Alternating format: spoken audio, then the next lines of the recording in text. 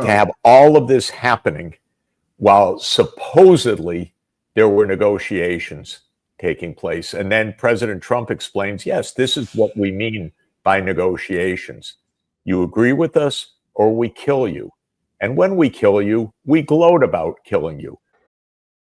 So after Israel's strike in Iran, Jeffrey Sachs went on Andrew Napolitano's podcast to talk about the disastrous effects for the U.S. that this war will cost, why it's a casualty for diplomacy, why it's a total nightmare, and why this is U.S. long-standing policy going back 2 decades, and why the U.S. to some extent has to be involved. So please like this video and subscribe to the channel. Let's watch and let's react. Your take on what happened last night? I don't know how smart, because I am frankly a bit amazed at what happened and surprised. There were supposed to be another round of negotiations between the United States and Iran this weekend on the nuclear issues. Instead, Israel, clearly together with the United States, in advance, opened a war with Iran, despite the ongoing negotiations. There is no diplomacy in our world today. There is only war and force. And I find it extraordinarily depressing, frankly. The U.S. reaction, Trump's reaction, makes clear this was absolutely a joint Israel-U.S. action. Trump says, you see, Israel can destroy you. It's going to kill all of you. You have to agree with me. This is what's called negotiations, U.S. style. It's a kind of fascism. Yeah, this is how they're branding the new form of diplomacy. This is diplomacy. This is negotiations, where we're bankrolling a country, subsidizing their security, which is really offensive strikes, not only in Iran, but also what they're doing in Gaza. And we're going to call that diplomacy, boasting about it. When talks undermined by Netanyahu were assumed to have happened this weekend, like he talks about, there were supposed to be new negotiations between the U.S. and Iran, ostensibly, to create a deal that would take war off the table. Well, Netanyahu is a beat above Trump, taking this gambit, striking right away. It is a total nightmare for the U.S. The U.S. can't afford to get drawn into this, but it looks like to some extent Trump is already drawn into this. Is what it is, which is that we will kill you unless you agree with the way we see things. So I find this actually a bit surprising in how extreme it is. It does put to a lie every word that Trump has said about the peace president. Well, yes, peace with the threat, we will kill you. We'll kill a number of you beforehand. Then we'll see whether you agree with us. It would be nice because we love peace, so you should agree with us. Well, we've been in this kind of world before. It ended up in World War II last time we were in this kind of world. We're heading for World War III, certainly, the way that we're going. I think one notable fact that, or at least surmise that has just come up is that in Israel it's being reported that the methods used were that Israel had smuggled in drones into Iran for over a period of years, and that these drones were then unleashed yesterday. This sounds both credible and, boy, it sounds like what Ukraine did a couple of weeks ago. So my guess is that what we've heard is that this was a Mossad operation together with the SBU in Ukraine attacking Russian strategic bombers, and a Mossad operation in Iran. Yeah, and it's honestly hard to believe that the CIA would not be aware of this too, because the CIA and U.S. intelligence services are fed to Israel. They're given to Israel. So, despite what Trump is saying right now, it's impossible to disconnect U.S. foreign policy from Israeli foreign policy when it comes to Iran, because the U.S. has bankrolled Israel. It gives it, even before October 7th, over $4 billion per year. I think last year is around $20 billion.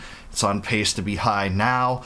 The U.S. bankrolls Israel's national security, but when we say national security, we mean their offensive military operations, like they're enacting right now in Iran. So it's impossible for me to believe that the U.S. isn't involved to some extent with this, whether it be sharing resources or sharing intelligence, sharing funds. The CIA may have been involved with Mossad to do that drone strike, but either way, the U.S. is tied at the hip with Israel. It's a special relationship in which Israeli influence happens in our government, within the deepest ranks of the deep state and our elected officials, where there's an APAC guy assigned to each congressman. That is the fruits of American foreign policy, subsidizing Israel and getting embroiled in these entangling alliances, which will inevitably draw the U.S. into war with powers we want no part of being in war with. To decapitate the Iranian military leadership and to strike inside Iran. So we're probably seeing a CIA Mossad operation that is ongoing. Probably. It has extended war across Palestine, Lebanon, Syria, Iraq, and Yemen, and now Iran. So the whole Middle East is in war, led by the U.S. and Israel. And we're heading in a very bad way, in my view.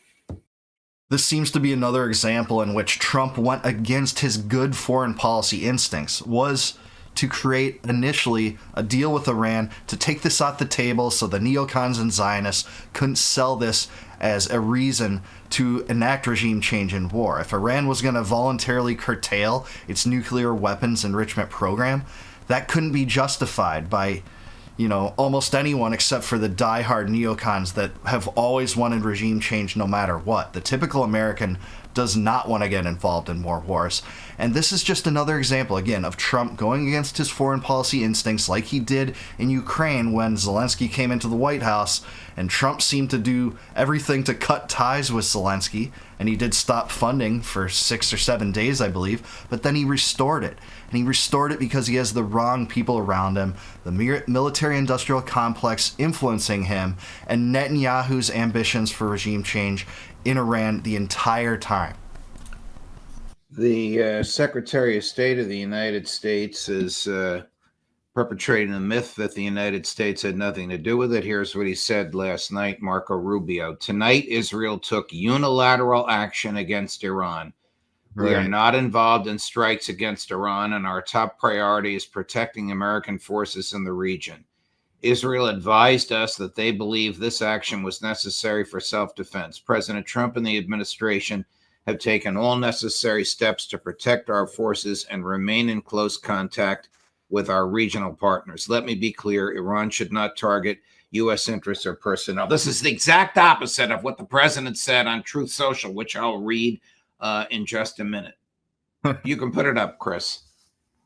Donald Trump this morning, an hour and a half ago, I gave Iran chance after chance to make a deal. I told them in the strongest of words to just do it. But no matter how hard they tried, no matter how close they got, they just couldn't get it done. I told them it would be much worse than anything they know, anticipated, or were told. That the United States makes the best and most lethal military equipment anywhere in the world by far, in caps. And that Israel has a lot of it with much more to come, and they know how to use it. Certain Iranian hardliners spoke bravely, but they didn't know what was about to happen. They are all dead, in caps now, and it will only get worse. There has already been great death and destruction, but there is still time to make this slaughter, with the next already planned attacks being even more brutal, come to an end. Iran must make a deal even before there is nothing left, and save what was once known as the Iranian Empire. No more death, no more destruction. Just do it before it's too late. God bless you, President Donald J. Trump. All right, so I don't believe at least part of that, and here's why. Because history reveals that Iran has been willing to negotiate to curtail their nuclear enrichment program. We know that from the JCPOA secured under Obama. Maybe the only good foreign policy endgame goal that Obama actually fulfilled was that. Trump threw that out to the wayside in his first term, but we know the history proves that Iran is willing to negotiate on this point. But the Israel lobby and Netanyahu are not. The military-industrial complex are not. The neocons are not. Lockheed Martin, Raytheon, Boeing are not. The Rubios of this world are not. The Mike Huckabees of this world are not. The Mike Waltzes, thankfully he's gone from the administration now, are not. This is history. We know they're willing to negotiate. But for Trump to just give into this and say, hey, we don't have anything to do with these strikes, but if they do them, good, because tons of Iranians will die, and this is our new form of diplomacy, is just mad. This is mad neocon stuff that Rumsfeld and Wolfowitz would be proud of. It's just crazy. Who would negotiate with the United States of America knowing that it's planning an attack while the negotiation is going on? Look, President Trump explained this was a U.S. Israeli operation. Marco Rubio never tells the truth anyway. Our government never tells the truth. It's useless to listen to these spokespeople. Incidentally, Matt Miller, who was the spokesman of the Biden administration, a couple of weeks ago said, yes, what I said at the podium of the State Department was a lie, but your job when you speak is to represent your government, not to tell the truth. So we should, I don't know, we listen to this. It is Orwellian. President Trump at least lets us in on the little joke that we're going to kill you all if you don't abide by us. I tried to tell you we're going to kill you all. We have the most lethal weapons. We can destroy you. We will destroy you. But we have nothing to do with it. It's amazing. Somehow they think that this is going to be the way that the world will function. That we have no diplomacy, that negotiations are a charade, that basically, yes, we will negotiate with you, but know that if you don't agree with us, we kill you all. And this is what President Trump has said. Yeah, again, it's impossible to disconnect the U.S. from this, and that's disastrous for all Americans because the true America First answer to all these questions, foreign policy-wise, is to stay out of it. And the biggest disaster that could happen is Iran could strike U.S. forces in that region, which shouldn't be there in the first place. If we had a true peaceful-oriented foreign policy, we wouldn't send military bases throughout the world, send troops throughout the world, staff them, and keep them in close proximity to these hot theaters of war, and the disaster that is a destabilized Middle East because of U.S.'s relationship with Israel. My government is the enemy here. We want out of these affairs. If you're a dissident that wants to oppose these wars, we should get our troops out of there and get our bases out of there. That's a lesson we also learn in the catastrophe with Yemen. We complain, or our governors, our rulers complain about attempted Yemeni strikes on U.S. naval vessels that don't even come to fruition, despite the fact that the U.S. is participating in a blockade, a starvation blockade that was on behalf of the Saudis when the Saudis went to war with the Houthis. So the same thing is coming to be true in Iran. The U.S. has always rattled sabers with Iran. Bush called it the part of the axis of evil. The U.S. enacted a regime change there in 1953. That was disastrous. It led to the Ayatollahs gaining power in 78 and 79. And we still haven't learned the lessons of the past. Let's just do it all over for the sake of Netanyahu and the neocons. It's crazy. The most pro-war, you could say bloodthirsty, member of the United States Senate thinks this is a game. Senator Lindsey Graham, game on. Pray for Israel. 14 million views. Yeah, well, this is the United States as it really is. We have a government that is in nonstop war. It is a war machine. It is more than $1 trillion a year operation. It is run by a completely unaccountable, secret, and pervasively lying set of institutions. The CIA, the Mossad, MI6, the security agencies, so-called, or intelligence agencies, so-called, I should say, are the secret army that actually calls the shots. Um, and the rest is verbiage. The rest is completely empty. I guess Um, we know now. We thought for a while, Professor Sachs, that President Trump would be leaning away from the neocons and toward the concept, so-called concept of America first, meaning leave other countries to do their own bidding. But it's clear that the neocons are triumphant. This is a magnificent triumph for the neocon takeover of the foreign policy of the United States. No doubt. It's also clear that President Trump, unlike perhaps the drone attack by Ukraine in Russia, actually knew about this all along and was lying all along and misleading Ukraine all along. Professor Sachs, who would trust the President of the United States in international diplomacy after this? I don't think there was much trustworthiness before, but I think the idea of trust is viewed by these people as naive. All that counts is power. All that counts is lethality. All that counts is that we can kill you. Yeah, it's hard to believe that Putin now will trust that Trump really wants peace in Ukraine after this, after, negotiating not only in Iran, but also in Ukraine with Russia to curtail what would amount to a war and then reneging on that.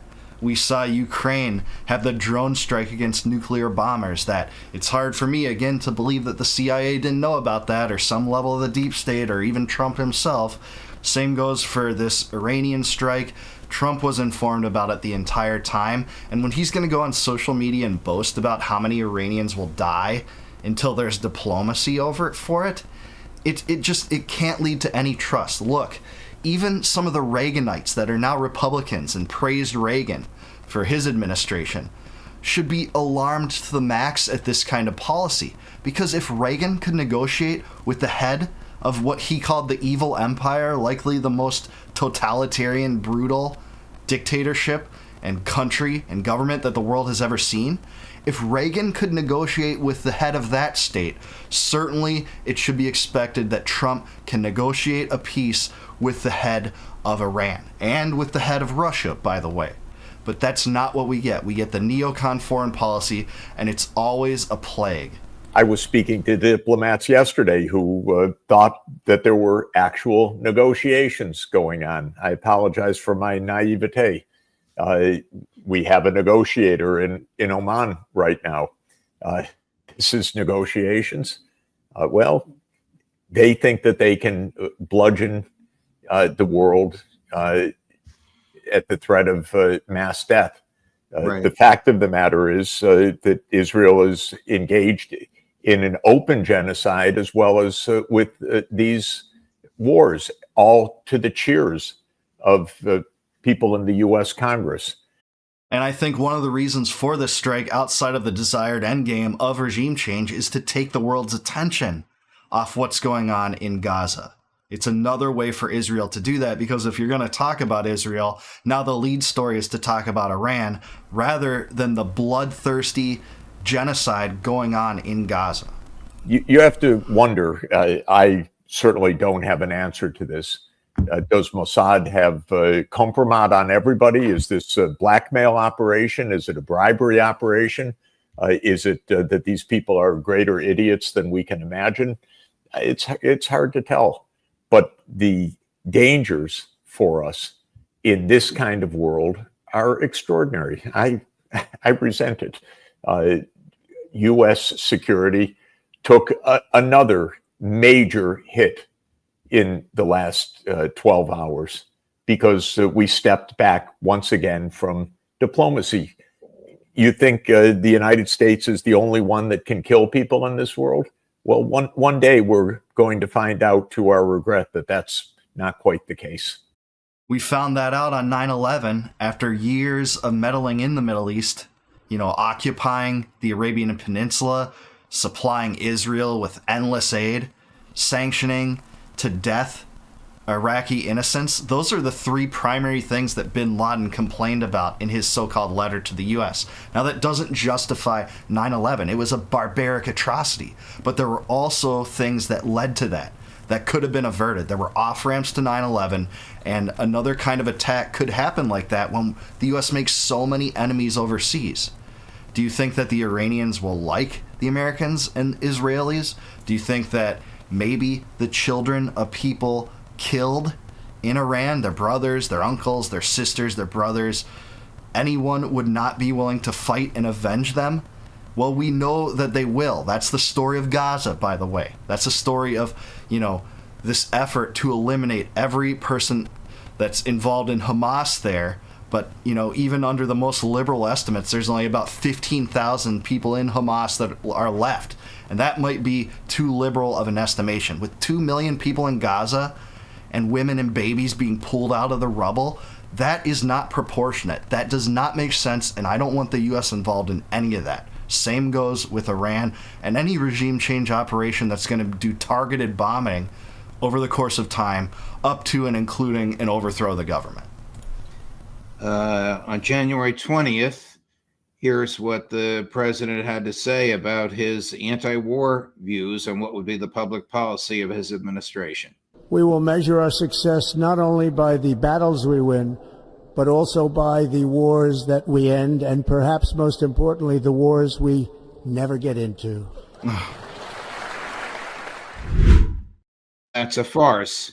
This is not an anti-war president. He's financing genocide in Gaza at a greater rate than Joe Biden. He's continuing to finance a useless, fruitless war in Ukraine, and now his government participated in, orchestrated, and paid for this attack last night. We are in an expanding war, and in the same context of a collapsing global diplomacy. Interestingly, I just saw a statement by the French government which said that Israel has the right to defend itself. This is quite an interesting idea of defense. And by the way, you'll never see a headline that says Iran has the right to defend itself in the U.S. No corporate media outlet will ever have that headline. That's for sure. But it's the same words, same line being used across this group of countries that are part of this war alliance. It's U.S. led. It is Israeli operated. It is supported by Germany with its history, by France with Britain. This is the war alliance. It will create World War III the way we're going. Do you think that the true goal here is not the destruction of the Iranian nuclear capabilities, because most of them are indestructible, according to Ritter, without using nuclear weapons as the instrument of destruction? But the real goal here is regime change in Iran. Yes. Something Trump condemned the concept of it repeatedly during the campaign. Spoiler, yes. Well, I'm sure that's the goal here. Again, one thing about foreign policy is that there's an underlying deep consistency that stretches for decades. What we're seeing in Ukraine is playing out of a CIA fantasy from the 1990s. What we're seeing playing out in Iran in the last 12 hours is a Netanyahu U.S. plan unveiled in 1996 called Clean Break, and with a list of war targets that we have talked about on several occasions, 7 countries that were on a list that was a list that was created already back in the 1990s and brought into actual operation in the early 2000s. And the one country that was left without the open war was Iran. Now that war has started. And this is absolutely true, and it's consistent with what Wesley Clark said when he went into the Pentagon 10 days after 9/11, and he said, I saw these plans that had, 7 regime change operational plans to happen within 5 years. Well, it's been more than 5 years, but all of those have come to fruition since then, except Iran, until yesterday. So yes, this is part of long-standing U.S. foreign policy that has stretched through multiple administrations, whether they're left, right, Republican, Democrat, whatever you want to call them, Clinton administration, the Bush administration, the Obama administration, the Trump administration, and the Biden administration. They've all generally followed the same foreign policy line up to and including yesterday's strike on Iran. So yes, regime change is the end game, and that is what Netanyahu explicitly said. He said, and don't take my word for this, Google this. He said he wants the Libyan model in Iran. Well, what was that? It was regime change against Gaddafi, and now there's open market slavery in Libya. That is always the result. It's never beneficial to the U.S., and the U.S. needs to stay out of it, end this foreign policy madness, end making excuses for Israel, and get our troops out of that region. They can't be struck there if we get our troops out. So the wars in Iraq, Syria, Lebanon, Sudan, Somalia, Libya, and the 7th, Iran, the list is complete.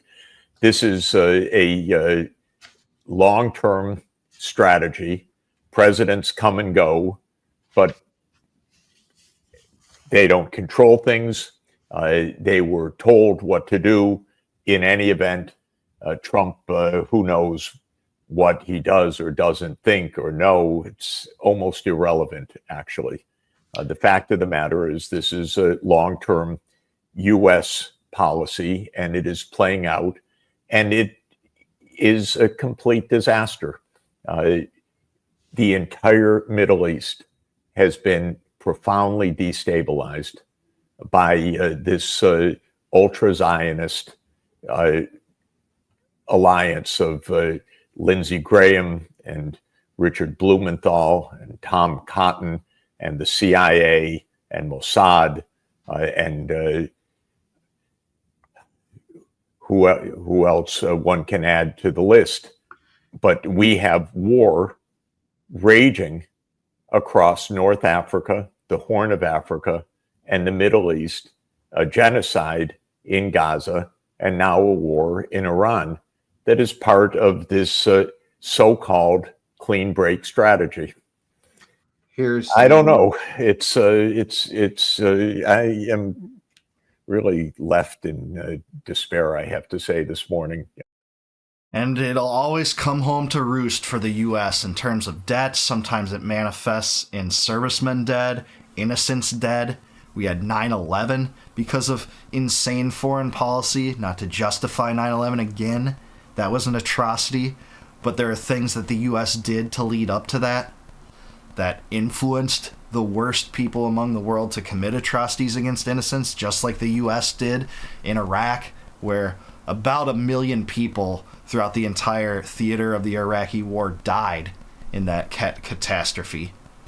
So, yeah, Sachs is right. We're on the road to perdition in foreign policy. Empires don't last forever, and the U.S. empire sure is making mistakes right now. To have all of this happening while supposedly there were negotiations taking place. And then President Trump explains, yes, this is what we mean by negotiations. You agree with us or we kill you. And when we kill you, we gloat about killing you. We have the most lethal weapons in the world, and Israel has lots of them. And there's lots more death and destruction to come. This is a president of the United States for God's sake.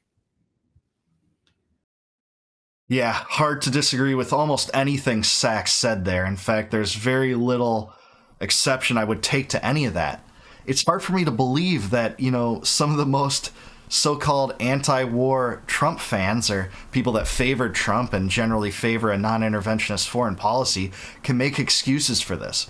If they make more excuses, like this is actual diplomacy, like we're going to bomb first and hope that that causes Iran to engage to every single term we have on our list, that will be the biggest fraud imaginable. No, Trump campaigned on a generally more non-interventionist foreign policy platform. He was better in that respect than Obama and Bush in his first term. But this term is off to a horrific start when it comes to war and foreign policy. Israel's strike on Iran is just the latest example of that.